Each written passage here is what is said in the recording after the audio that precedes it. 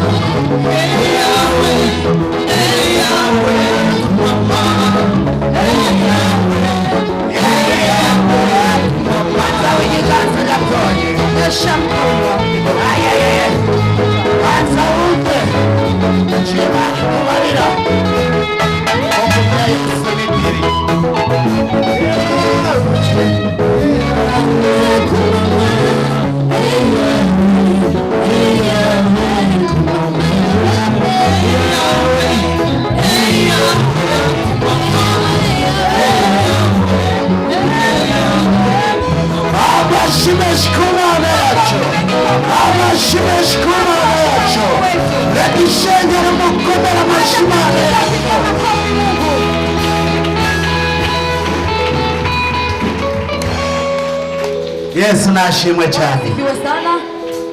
Abamaze kugera ku musozi w'Imana katika mlima wa Mungu kandi biteguye gutabagwa n'Imana, amestahili kupokelewa kwa jina reka tunezerwe, acha tufurahie kubera iyo Mana yacu, sababu huyo Mungu wetu twumvise ko ari diri. tumesikia yeye ni diri. Iramugeza ati ntawakoreye Imana atarose diri. Ambia jirani yako hakuna aliyemtumikia Mungu ambaye hapata diri. Ntawakoreye Imana kirira. Tumikia Mungu ambaye bado anaria. Uranyeye ku muntu yakoreye Imana rira. Uliona wapi mtu anayetumikia Mungu anaria? Abarira n'ababivuyemo. Aliyelia ni yule aliyetoka. Abarira n'ababihevye. Aliyelia aliacha.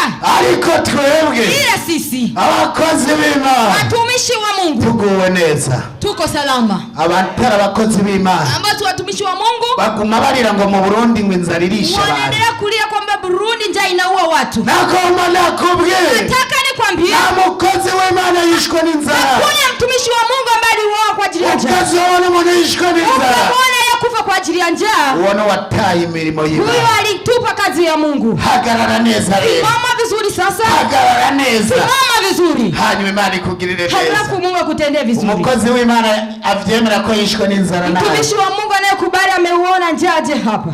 Mukozi w'Imana avuga ati ndishwe n'inzara. Mtumishi wa Mungu amesema nakufa na njaa. Azenda muha amafaranga. Aje hapa nimpe pesa. Ntumanike ngo muhere icyo ukorera Imana ingo wowe. Usinyoshe tu. Uvuze ko umukozi w'Imana ingo. Nyaruka uko njya kuhamaya. Fanya haraka njoo. Sidanganye. Umukozi w'Imana yishwe n'inzara nazi. Mtumishi wa Mungu ambaye amekufa na njaa aje hapa nimpe pesa. Nabonye wamanitse ariko ntaje. Niliona aliyenyosha lakini hauna kitu. Hautaka pesa. Jambo livuga ngo Yesu ni diri. Tuko katika neno linasema Yesu ni diri. Kuwa mamagaye unamukorere sinzo mubinyuma hata maingero. Haro wako magaye Sinariye kuita hata maingero. Kuwa mamagaye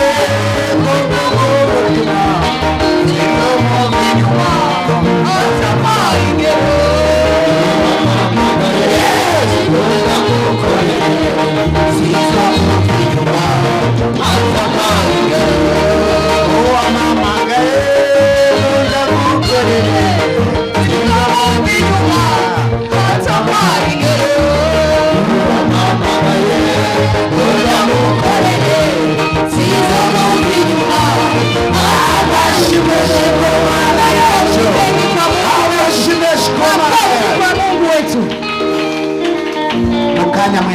iyo mwaje muva. Muda mchache mtarudi mlipotoka. Abakozi b'Imana, Imana ibaheze. Watumishi wa Mungu, Mungu awabariki sana. Muvyagire. Mketi.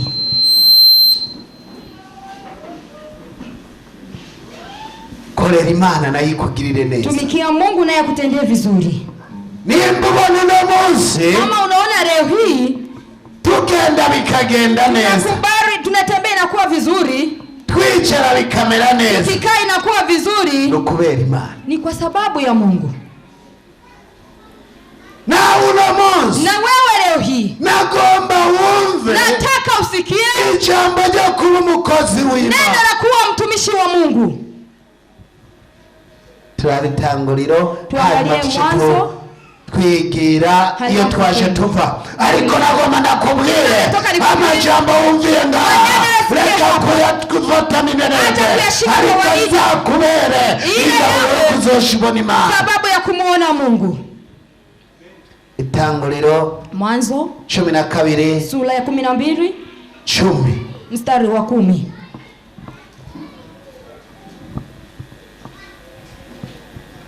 Itanguriro 10 basoma mu izina rya Yesu.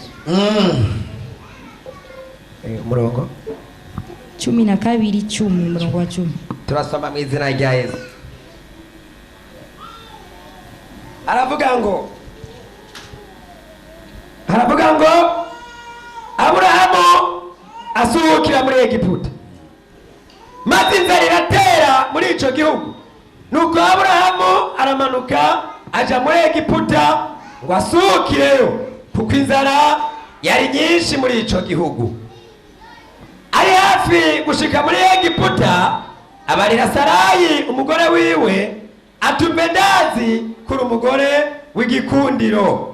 Nuko abanyegiputa nibakubona bazovuga batuyo n'umugore wiwe, baheze banyice nawe bakureke. Ndakwinginze uzuvuge kuri mushikanje kugira ngo ndabwe neza kubwawe, ubugingo bwanje bukirishe ivyo uvuze. amashimeshe Amen. kuri iyo Mana. Makofi mengi kwa huyo Mungu. Kubera inzara, Kwa sababu ya njaa. gira mugenzi ati Imana ikurinde inzara. Mwambie jirani yako, Mungu akuponye na njaa. Imana ikurinde inzara. Mungu akuponye na njaa. Aburahamu yihakana umugore wiwe Ibrahimu akakataa mke wake kubera inzara. kwa sababu ya njaa. Nagomba ndababwire, Nataka niwaambie, iyo ndiko ndababarira, ninapokuwa nawaambia, umuntu azokubwira ngo ubukene umwanya wose aburirimba, atakaye kuambia umasikini muda wote na uimba, uzomenya amaherezo yiwe ni mu muriro. ujue mwisho wake ni motoni. Na Aburahamu byaramushikiye, Hata Ibrahimu yalimfikia, ariko aba umwana w'isezerano, lakini akawa mtoto wa ahadi. Imana iramurinda. Mungu alimrinda. Nawe byaragushikiye, Na wewe ilikufikia, uti umurimo w'Imana, ukaacha kazi ya Mungu, uti kuririmbira Imana, ukaacha kumwimbia Mungu, ngo ubukene inzara urabiririmba, umasikini njaa unaimba, ariko Imana yari gufise ku isezerano. ila Mungu alikuwa na ahadi na wewe. Imana nico gituma yakurinze. Mungu ndio maana alikulinda. Igihe wabiheba, Kipindi ulipoacha, Imana iba yarakwishe, Mungu angekuwa, ariko kubera Imana lakini kwa sababu ya Mungu yarinze isezerano ryayo. aliacha kwanza ahadi yake. Imana ntabwo yarinze wewe, Mungu hajakusubiri wewe. Imana yarinze ico yagusizemo. Mungu alisubiri alichokuweka. Imana yarinze ico igiye kugukoresha. Mungu alijua ambacho naenda kutumikisha. Ubu ugiye kuba umukozi w'Imana. Unaenda kuwa mtumishi wa Mungu. Nagomba ndakubwira, Nataka nikwambie, urashobora kuba uvuga ati ndi umukozi w'Imana, yawezekana unasema wewe ni mtumishi wa Mungu, umeze nka wa undi yarasize ukuboko hejuru, uko kama yule aliyanyosha mkono juu, wabonye ko ataje umeona hakuja kandi yemerewe inoti, wakati amekubaliwa. hajya umutima waciye umukoro, Wale nafsi ilimangusha.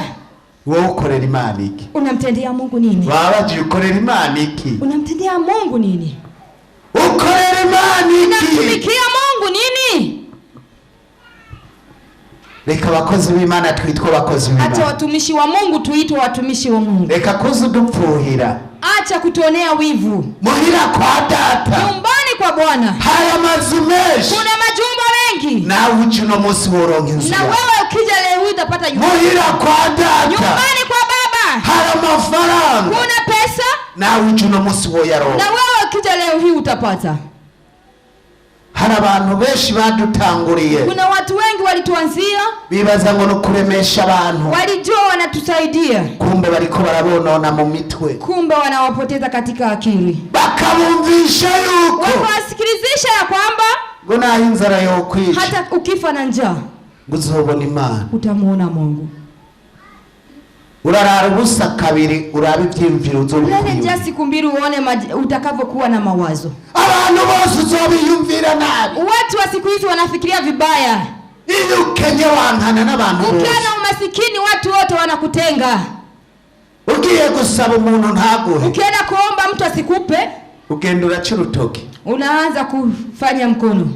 Imana ntikorana n'abantu bameze uko. Mungu hawezi kutumika na watu wa hivi. Uraza kwa apotre, Unakuja kwa aposto, ukantora shida. unaleta shida zako. Naraha mu mufuko nkasanga nta n'amahera 5 mfise. Nikitazama mfukoni sina hata kitu. Ugenda uraca urutoki. Unaanza kupiga mikono. Aranyimye amafaranga. Ameninyima pesa. Imana ntikorana n'abiganyira. Mungu hawezi kuuana na watu. Igihe cyose Muda wote udafise icyo ukora, ukiwa huna cha kufanya, ufise amahirwe make yo kuzobona Imana. unakuwa na nia kidogo tu ya kumuona Mungu. Igihe utagira akazi, Kabla huna kazi, mu nzu yawe ntihabe mwinga, katika nyumba yako siwe na chakula, ufise amahirwe make yo kuzobona Imana. uko na nia kidogo tu ya kumuona Mungu, Zoguma uriko urashwana n'abantu, utabaki hivyo hivyo na piga kelele na wengine. ntibamfashije, Hajanisaidia, nakarandiye, fulani ananira, nakaratunze, fulani yeye ana pesa, mugabo naca mfasha, lakini hanisaidii. uzokwamana umutima mubi. Utakuwa tu na moyo mbaya. Tangura ukorera Imana, Imana igukiza ubukene. Anza kutumikia Mungu, Mungu akuponye umasikini. Ndemeza ndaheraho Imana ko atamukene ari mu bakozi Na b'Imana. kubarisha nikiwa mahali patakatifu, hakuna mtumishi wa Mungu masikini. Hajya Bishop Diama, Bishop Dia, mwabonye umuryango afise, umeona familia yake? bamwe bari ku university, Wengine wako university, bari amahera menshi. wanalipa pesa nyingi. Imana iguhaye umuryango nk'ugi kachikwima amafaranga, Mungu akikupa familia kama ile ikakunyima pesa, cuba mayibobo, utakuwa masikini. iyi Imana iguhaye abana, Mungu akikupa watoto, nawe n'umukozi w'Imana, na wewe ni mtumishi wa Mungu, ubashire mu gukorera Imana. waweka katika kutumikia Mungu. Igihe cyose utazobinziza mu gukorera Imana, Waweka katika kutumikia Mungu, izoguha abana benshi baca bakorera shetani. itakupa watoto wengi watumikie shetani. Uzokwisanga iminsi yose ugemuye mu gasho, Utajikuta siku zote unaingia gerezani babafashe. wakiwa wamekamata. Ariko muri Yesu Lakini katika Yesu byose bigenda neza. yote yakuwa vizuri. Muri Yesu Katika Yesu twambara n'ibirato tutazi be. tunavaa viatu hatujui hata bei. Yesu nashimwe cyane. Bwana sifiwe sana. Nagiye mbona umuntu avuga ati apotre nkeneye wambara ikirato Niliona mtu aposta ndakurungike. na uvae kiatu ambacho nakutumia. Jamani muhezage. Mungu ambariki. Nako kameze neza. Si unaona kiko vizuri? Nabwo nzibeye iki kirato. Sijui bei ya hiki kiatu. Shaka wabikoze Imana muhezage. Aliyetenda Mungu ambariki. Imana izimuha imyaka myinshi. Mungu ampe miaka mingi. Nagomba nakubwire. Nataka nikwambie. Wambitse Bishop Diama. Ukimvalisha Bishop Diama, Uba wambitse Imana. unakuwa umemvalisha Mungu. Wambitse apotre. Ukimvalisha apostle, Uba wambitse Imana. unakuwa umemvalisha Mungu. Uko jewe ndi umukozi Kwa w'Imana. sababu mimi ni Jewe mtumishi ndi wa Mungu. umukozi w'Imana. Mimi ni mtumishi wa Mungu. Nawe ndakenera uno munsi w'umukozi w'Imana. Unahitaji leo hii. Hari ibihe wabayemwo Na wakati ulipita n'agasuzuguro kawe wabayemwo, ukiwa katika hali mbaya huko, uzobikugwamwo no kuba umukozi w'Imana. utatoka ukiwa mtumishi wa Mungu. Yesu n'umwambaro w'abagenda menye. Bwana ni mvaaji ambao hawavai. Yesu ni diri. Bwana ni diri. Ako kantu karakomeye. Kitu hicho ni cha muhimu sana. harimwo umushasha atari umukozi w'Imana. Kuna mtu ambaye sio mtumishi wa Mungu. Umuntu yarazi ko atari umukozi w'Imana cyane Yeye anajijua sio mtumishi wa Mungu au aliacha. aza tumusengera Imana. Aje tumuombe Mungu. Yesu niwe diri. Bwana ndiye diri. Chakukorera Imana ni vyiza. Kumtumikia Mungu ni vizuri. Nagomba ndakubwire. Nataka nikwambie. Yawe jewe nari umukozi w'Imana. Mimi nisingekuwa mtumishi wa Mungu. Ntabwo mba ngendera mu modoka y'imiliyoni 180. Nisingekuwa natembelea katika gari ya milioni 180. Ayo maheru wowe yapanga ngaha. Hizo pesa ukizipanga hapa, mwese mukayagaburana. nyote mkagawana. Hari abatoronka aho bayabika. Kuna ambao waweza wakapata pa kuweka. Ariko kubera Imana. Lakini kwa sababu ya Mungu. Bana nakurikiye nagoma nawe uyikurikiye. Mungu niliyemtumikia na wewe umfuate. Ubu mnanje mbandire tebari hariya kwa Na maki. mimi ningekuwa huko. Ubu mbanirwa ndagazura imigazo ya ruguru ibindembe. Ningekuwa huko shambani nikiona. Ibindembe kabisa. Ingekuwa imenitoka shambani. Ubu nyene ni isuka. Sasa hivi na jembe. Na kabido kamazi. Na kanumo kamaji. Mvuye kulima mu muyonga. Kulima huko matingatinga. Imana yagukijije kugazura. Mungu aliyekuponyesha kulima. Reka kuyiyayatako. Acha kuichezesha. Kwa Imana vyukuri. Tumikia Mungu kiukweli. Nimba uri hagati uvyaguruka ukene katikati inuka kama nataka kuwa mtumishi wa Mungu. Bana babandi bibeshera. Kuangalia wala unakeneye kumva ati ndakeneye kuba umukozi w'Imana. Amata kuwa mtumishi wa Mungu. Nimba ndirimba ndakeneye kuririmbira Imana. Kama niimbe nimwimbie Mungu. Nimba ari gukoropa ndakeneye gukoropera Imana. Kudaki ni mdaki. Nimba ari gukora ibi n'ibi. Ndumva nanje no kwinjira mu bakozi b'Imana. Nataka katika watumishi wa Mungu. Ntabwo ngaho. Hata upige hatua uje huko mbele tukuombe. Aranangaza Yesu, aranangaza, aranangaza, aranangaza. Akuru urikubera kamuhindura, akamukarabisha kamusiga kamwambika. Abari bamuzi bamuraba baratangara. Aranangaza. Yesu aranangaza, aranangaza, aranangaza. Akuru urikubera kamuhindura, kamukarabisha kamusiga kamwambika. Abari bamuzi bamuraba bagatangara. Aranangaza, aranangaza. Amashimeshi kuri iyo Mana. Mengi kwa Mungu. Amashimeshi kuri iyo Mana yacu. Kwa Mungu wetu. Iyumvira ikintu cyiza. Umefikiria kitu kizuri. Ngwiyo umuntu ataye amafaranga arabimenya. Mtu akitupa pesa anavijua. Nuba ndafise ya 5 ahigiye ngoma ndayikorako. Ahigiye nje numva kwitakirimo. Ikiondoka nasikia haimu. Nagomba ndakubwira. Nataka nikwambie. Uno musi leo hii wiyumviriye ikintu cyiza. Umefikiria kitu kizuri. Ndakwinginze Imana uzoyigumye. Na kusihi Mungu mkamate. Uzuwe umukozi w'Imana vy'ukuri. Uwe mtumishi wa kweli wa Mungu kiukweli. Uwo mwaka huu Mana yaguhaye mugenzi umwe. Mungu amekupa rafiki mmoja. Aje kukuzamura. Anakuja kukuinua. Petero na Yohani bageze wawe. Petro na Yohani wafikishe kwako. Umire kuchuvuze. Ukamata kwa kile ulichokisema. Uvuze kugiye kuba umukozi w'Imana. Kama inakuwa mtumishi wa Mungu. Uzumufate Imana yawe. Umushike Mungu wako. Usivuga ati sinzokuva inyuma utampezagiye. Useme sitatoka nyuma yako bila kunibariki. Na uzompezagira sinzokuva inyuma. Hata utakaponibariki sitatoka nyuma yako. Ukiwezagiwe n'Imana. Kwa sababu ukibarikiwa na Mungu. Ukiyirekura. Ukiachia. Aho nyene vyose vye yaguhaye biragenda. Hapo hapo vyote alivyokupa vinaenda. Mwambie Farao Sainae. Mwambie Farao. Umwanya ukutaba birageze. Mwambie Farao Sainae. Mwambie Farao Sainae. Mwambie Farao.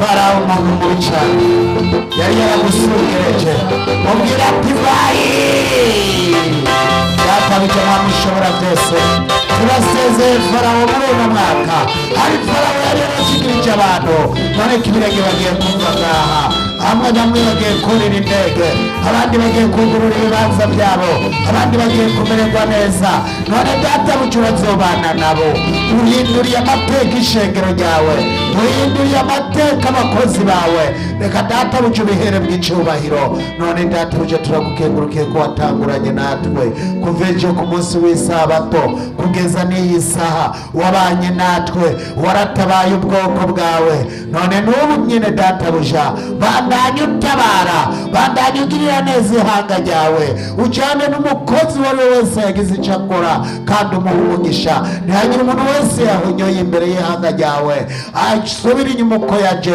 oya muhindurire amateka abahora bavuga ngo si umukozi w'Imana none ubemeze ko ari umukozi wawe ishengero ryawe ryose aho rigiye kuva ngaha hari abari batazi ingene bajya hari abasize atakiri muhira reka databuja wa mugenzi umwe abasange mu ngo zabo basange byabonetse basange ibyo kurya bihari databuja baze kwicara bagushime bavuga ati twabonye Imana twamye na gusenga urakoze mwa jana n'umuntu wari wese uduga umwana kukikamye ujane n'abamezisiya jana n'abajournaliste ba Nayo TV jana n'abungere bose jana n'abaririmbyi babo bose n'ishengero ryawe ryose tuze dusubire guhura twese tugushima urakoze ugumbirane muramukanya